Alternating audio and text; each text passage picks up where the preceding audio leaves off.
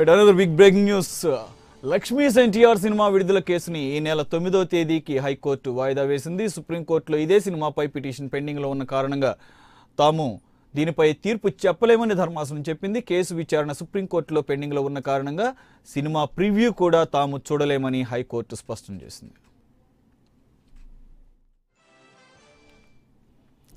ఇక పూర్తి వివరాలు మా ప్రతినిధి రవిచంద్ర అందిస్తారు. రవిచంద్ర, యాక్చువల్గా లాస్ట్ వీక్ ఏపీ హైకోర్టు చెప్పిన దాని ప్రకారం ఈరోజు 4 గంటల టైంలో ప్రివ్యూ చూస్తాము. ప్రివ్యూ చూసిన తర్వాతే ఈ సినిమాని ఏపీలో విడుదల చేయాలా లేదా అనే దాని మీద నిర్ణయం తీసుకుంటున్నారు. అయితే ప్రస్తుతం ఇప్పుడు అది కూడా చేయలేము, సుప్రీంకోర్టులో ఆల్రెడీ పెండింగ్లో ఉంది కాబట్టి కేసు అంటున్నారు.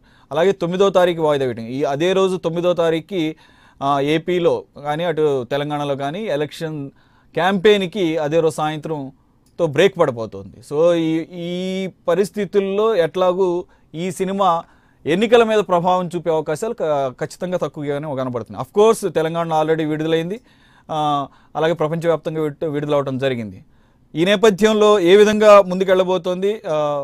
ఇటు హైకోర్టు, సుప్రీంకోర్టు తీర్పు వచ్చే వరకు వెయిట్ చేసే ఆలోచన ఏమనుందా?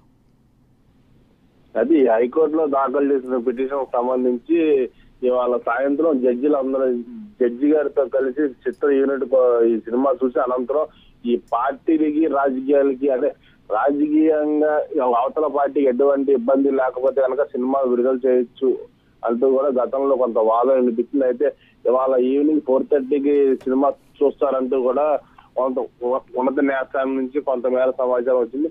అయితే అనంతరం ఈ ఎలక్షన్స్ దగ్గర కావడంతో 11వ తారీఖు ఎలక్షన్స్ కావడంతో ఎలక్షన్స్ లోపే సినిమా ఎలా అయినా సరే రిలీజ్ చేయాలని చెప్పని మొన్న శనివారం నాడు సుప్రీంకోర్టులో పిటిషన్, శుక్రవారం సుప్రీంకోర్టులో పిటిషన్ దాఖలు చేయడం జరిగింది సురేష్. అయితే కేవలం ఈ సినిమా వీళ్ళు వాదనలు చేసేది ఎలక్షన్స్ ముందు ఖచ్చితంగా సినిమా రిలీజ్ చేయాలని చెప్పని రాకేష్ రెడ్డి, అదే విధంగా ఈ వైసీపీ పార్టీ వాళ్ళు కావాలని చెప్పని టీడీపీ పార్టీ మీద బురద జల్లే ప్రయత్నం చేశారు. అది ఆ సినిమాలో స్పష్టంగా చూపించారు. ఈ సినిమా వల్ల మా రాజకీయ భవిష్యత్తు దెబ్బతింటుంది, పార్టీ మీద లేనిపోయిన అపోహలు వస్తాయంటూ కూడా అటు పక్క టీడీపీ పార్టీ వర్గాలు ఈసీపీ కంప్లైంట్ ఇచ్చేది.